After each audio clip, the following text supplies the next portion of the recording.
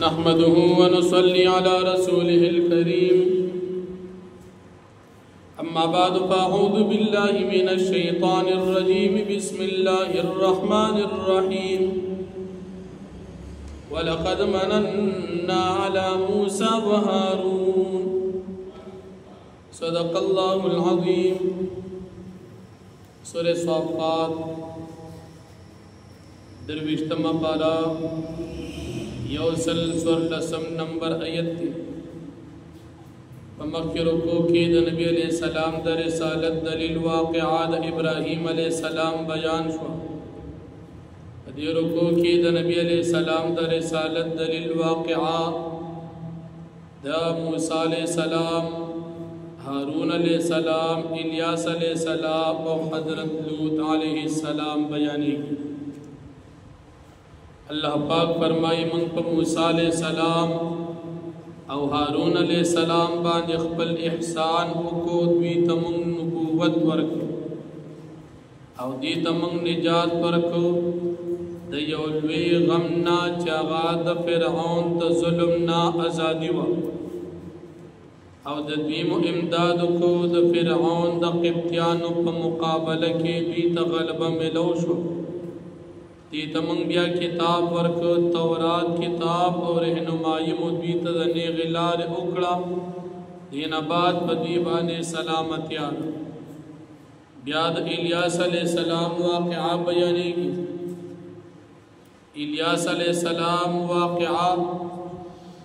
قرآن کریم کی دو ځایه ذکر شوی دا یو ځای په سورۃ الانعام کی او دویم ځای په دې سورۃ الصافات کی الیاس علیہ السلام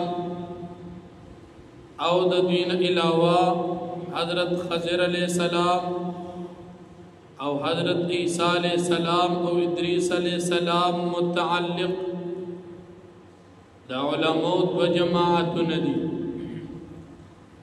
الیاس علیہ السلام او خضر علیہ السلام دا دوا پزمک باندی جوندی او عیسیٰ علیہ السلام او ادریس علیہ السلام دا پا اسمانون کی جوندی تفسیر در منصور امام سیوطی رحمت اللہ علیہ دا قول ذکر کردی بعضی حضرات ہوئی چی الیاس علیہ السلام او خضر علیہ السلام رمضان کی پا بیت المقدس کی دا رمضان پا میاش کی جمع کی گی بیا امام اہل سنہ شیخ الحدیث حضرت مولانا سرفراز خان صفدر رحمت اللہ علیہ فرمائی چی دا سلور پیغمبران دا جوندی دی دو پا اسمانونو کی او دو پزمکو کی بیا مفتی اعظم پاکستان مفتی محمد شفیع صاحب رحمت اللہ علیہ فرمائی چی دا دی واقعی تعلق دا علم سرا او دا مطالع او دا معلومات سرا دی پا دیبانی کم عقیدہ بنا ندا چی دا دی دا وجی چاہتا حق او باطل اویلشی کچا دا دی درو پیغمبران دا وفات عقیدہ و ساتلا او کد حیات عقیدہ و ساتلا البتہ عیسیٰ علیہ السلام دا قرآن کریم دا نبی علیہ السلام دا حدیث متواتر او دا امت مسلمات اجماع مطابق پا اسمانون کی جوندی دا عیسیٰ علیہ السلام دا حیات عقیدہ ساتل دا پا مسلمان لازم او ضروری دی دا عیسیٰ علیہ السلام دا حیات دا عقیدین منکر دا دائر اسلام نا خارج او کافر شمار کی ذکر عیسیٰ علیہ السلام دا حیات عقیدہ دا قطعی دا او دا نور درے پیغمبران دا دی متعلق روایات مختلف دی نپاغی کی دا حق او دا باطل حکم نلگی خضر علیہ السلام الیاس علیہ السلام ادریس علیہ السلام او دا عیسیٰ علیہ السلام متعلق دلائل قطعی دی لہذا منکر تی کافر دی الیاس علیہ السلام قوم چو اغید یو بود عبادت کو چی دا بود نم یہ بعلو دی دوی تا دعوت ورکد اللہ پاک دا وحدانیت الله جل شانه د قوم هلاک کو هغه چې کله تکذیب کو او مؤمنانو ته نجات ورکړ دین بعد راځي چې په الیاس علیہ السلام باندې د سلام وین الیاس په قرآن کې لفظ الیاسین راځي نو پدې کې بیا علما دو تفسیر کوي یو تفسیر دا کې چې الیاس علیہ السلام ته الیاسین هم ویل شي لکه څنګه تور سینا ته تور سینین ویل شي نوم یو دی خو سینا او سینین دواړه ویل شي نو الیاس او الیاسین دا دواړه ویل شي او دویم تفسیر دا دی چې الیاسین کی مراد الیاس علیہ السلام نیکان مومنان بندگان دی چې هغه د الیاس علیہ السلام تابعداري کړې ده نو الیاسین مراد د دو متبعین بیا د لوط علیہ السلام واقعہ مخکې قرآن کریم کې بار بار ذکر شوی ده چې قوم الله پاک هلاک او لوط علیہ السلام ته سره د مؤمنانو نجات ملو شو فرمایي ولقد مننا على موسى وهارون فتاقي سره موږ احسان کړو په موسی علیہ السلام او هارون علیہ السلام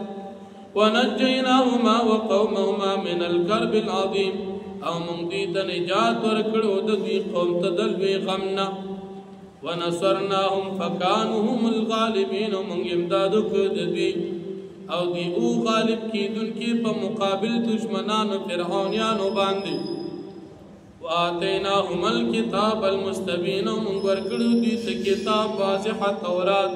وهديناهم الصراط المستقيم او من دي ته خودل ولار د هدایت برابر نیغا وترکنا علیهما فی الاخرین او من پر خود پدیبان پرستنو خلقو کی سلام علی موسی و هارون سلامتیا په موسی علیہ السلام او هارون علیہ السلام باندې انا كذلك نجزي المحسنین یقینا دارنګ من بدل ورکو نیکی کوونکو تا انهما من عبادنا المؤمنین یقینا دا دواړه زموږ د مؤمنانو بندگانو نو وان الیاس لمن المرسلین او یقینا الیاس علیہ السلام دا د پیغمبرانو نو اذ قال لقومه الا تتقون کله چې د فرمل خپل قوم ته تاسو ولن یریږي د الله پاک باقی در توحید کی اتدعون بعلا وتذرون احسن الخالقین آیا تاسو عبادت کوي دعوت چلوي بعل بت طرف تا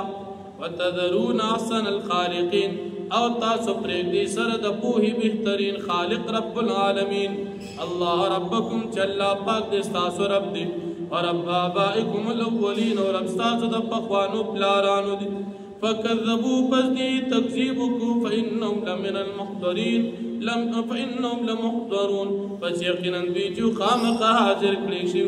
الا عباد الله المخلصین مگر بندگان د الله پاک چې کوم منتخب او نیکان بندگان دي وترکنا علیه فی الاخرین ومن پرېښودو په ده باندې پرستنو خلقو کې سلام علی الیاسین سلام دی په الیاس علیہ السلام او د هغه په متبعینو باندې انا کذلک نجزی المحسنین یقینا دارنګ من بدله ورکو نیکي کوونکو ته انه من عبادنا المؤمنین یقینا دی زموږ د مؤمنانو نیکانو بندگانو وان لوط لمن المرسلین او یقینا لوط علیہ السلام دی د پیغمبرانو نه اذ نجینا واله اجمعین کله چې موږ د نجات ورکو د اهل ته ټولو ته الا عجوزا فی القابرین مگر د بیبي چې واهلا یا والهن مو چې کافر وا فی الغابرین پرستنو پاتې کېدونکو خلکو هلاک شو دو کې شوا ثم دمرنا الاخرین بیا موږ ورو باران د کانو پرستنو نور خلکو باندې وانکم لتمرون علیهم مصبحین او یقینا تاسو د مکی مشرکان خامخا تیریږي د تجارت او د سفر په دوران کې په دغه قوم باندې مصبحین په وخت د سحر کې وباللیل په وخت د شپې کې فلا تعقلون تاسو د عقل نه کار نه اخلئ چې د دغه هلاک شو د قوم نه عبرت او نصیحت حاصل کړئ واخر دعوانا الحمدلله رب العالمین